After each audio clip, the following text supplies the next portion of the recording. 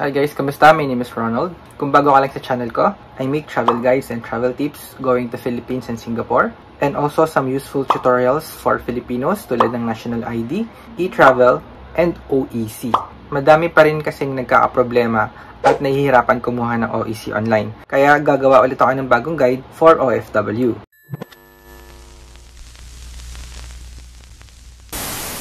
Para sa mga baguhan sa OEC or hindi nakakaalam, ang OEC ay isang exit clearance for OFW kapag lalabas na tayo ng Philippines papuntang abroad. Kahit kumpleto ka ng documents tulad ng work contract, passport, and work visa, kapag wala ka nito, hindi ka makakalabas ng Pilipinas. So take note, para dun sa mga taong gustong mag-apply abroad, watch this video para alam nyo din yung mga pagdadaanan nyo at mga requirements na kailangan nyong i-prepare. Before we start, i-group natin into 4 section kung saan ba kayo naka-classify. Una is yung student to work visa.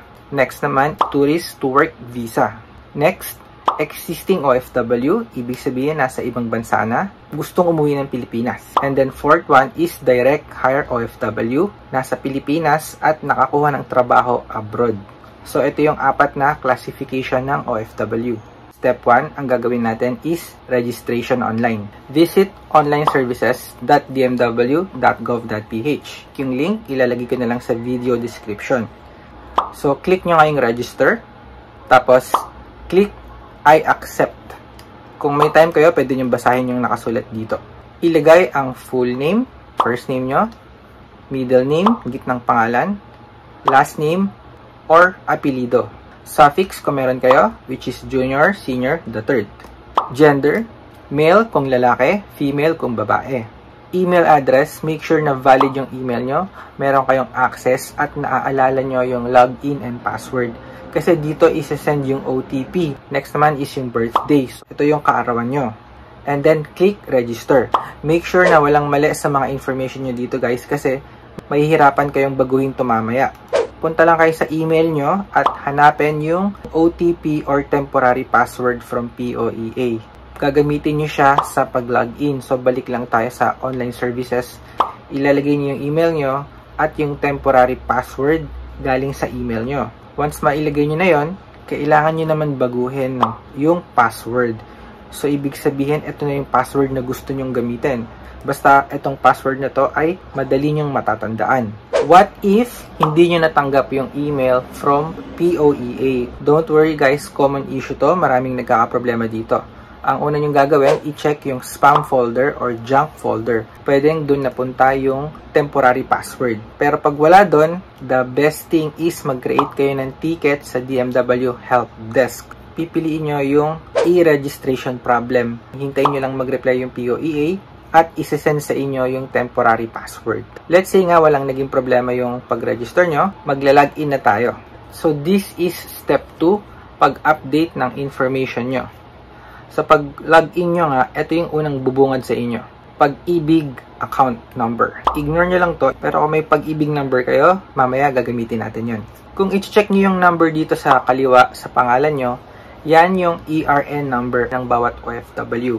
First 2 things na kailangan nyo gawin ay mag-upload ng profile picture. Next naman is yung passport photo. Picturean nyo yung passport nyo ng malinaw kung saan nandun yung passport detail nyo, pangalan, birthday. So, depende nga kung anong gamit nyo, kung computer or cellphone. I-click nyo lang yung choose file, tapos press upload. So, merong requirements kung gaano kalaki yung file at kung anong uri ng file ang pwede nyo gamitin. So, agad nga yung profile photo guys. Any photo pwede yan, basta picture nyo yung ilalagay nyo. Punta naman tayo sa My Profile. So, first thing na makikita nyo nga is yung ginawa natin kanina nung nag-register tayo. Yung full name, birthday, gender, email. Ito yung sabi ko kanina, hindi nyo pwedeng baguhin to. Ito na yung nakalock na information nyo sa POEA or DMW. Kung balak nyo nga baguhin dahil nagkamali kayo, kailangan nyo gumawa ng ticket. Mobile phone or contact number. Kung meron kayong phone number, ilagay nyo na lang dito. Yung weight or bigat and height, yung tangkad, kapag hindi nyo sinagutan to, magkakaroon kayo ng error tulad nito. Yung civil status, optional din, pero pwede nyo sagutan. Single or married. Next, ilagay ang full address nyo, pati yung municipality and city.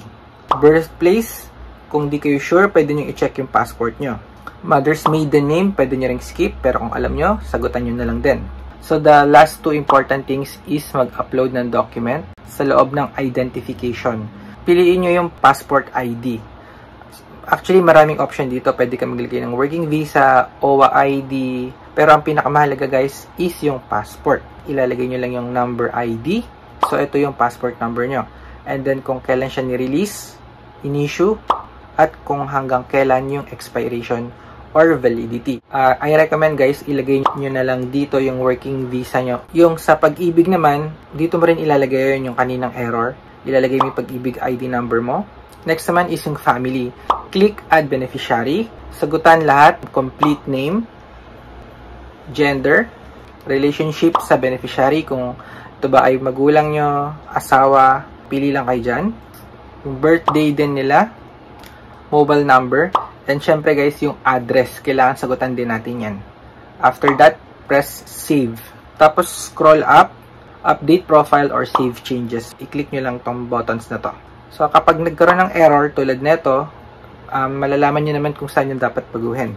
Magpo-proceed na tayo sa step 3. Sa part na to, except sa direct hire, kasi iba yung proseso nyo. Dito nyo i-click yung sa inyo. Dito nyo rin mahahanap yung sworn statement na gagamitin nyo in later part, and then yung list of requirements na kailangan yung sundan. You can watch my other video for more clear instruction. Anyway, balik tayo sa dashboard ulit, tapos pasok tayo sa balik manggagawa. Make sure pala na nakalipas na ng 24 hours simula nang nag-register kayo bago nyo sundan yung step 3. Required kasi yun ng POEA. So, piliin nyo lang yung flight date nyo rito.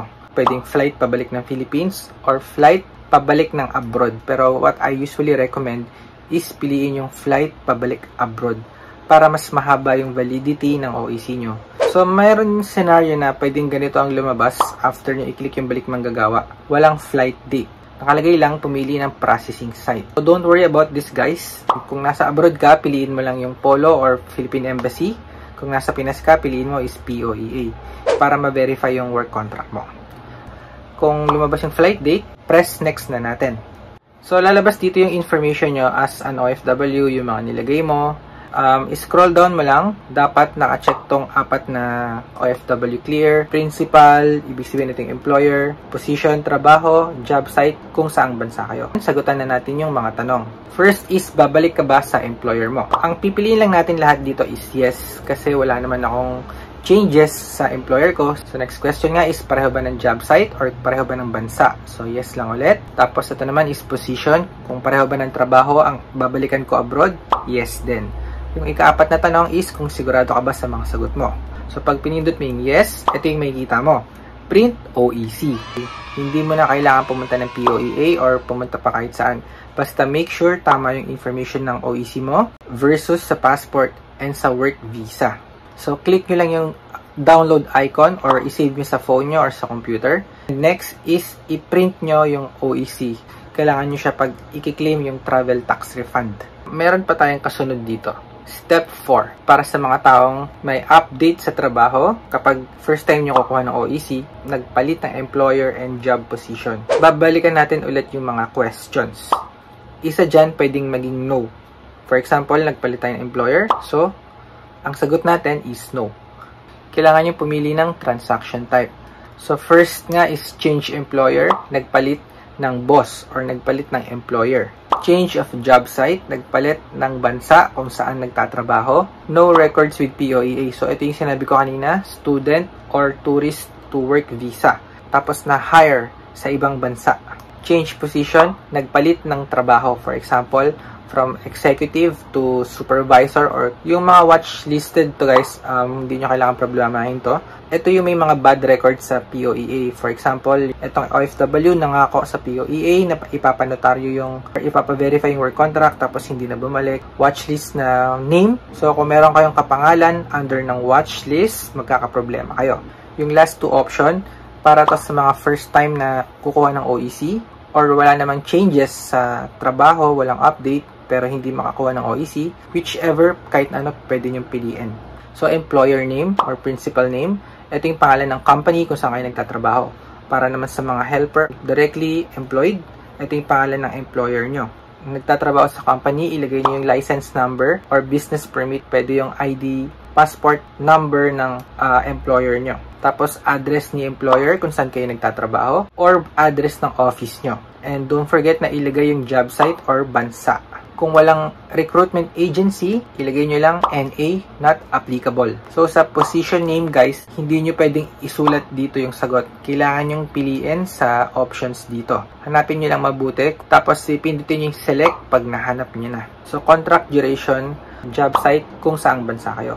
Pwede nyo i-check yung verified work contract nyo, kung kailan nag-start at hanggang kailan matatapos. Kung hindi kayo sure kung kailan nag-start, pwede kayo magbase na lang sa validity ng work visa nyo. Next naman is yung months or duration. So, based to sa months, so kung 1 year, 12 ang ilalagay nyo. Kung 2 years, 24 naman. Salary, ang ilalagay nyo lang dito is number. Huwag kayo maglalagay ng special character or $sign.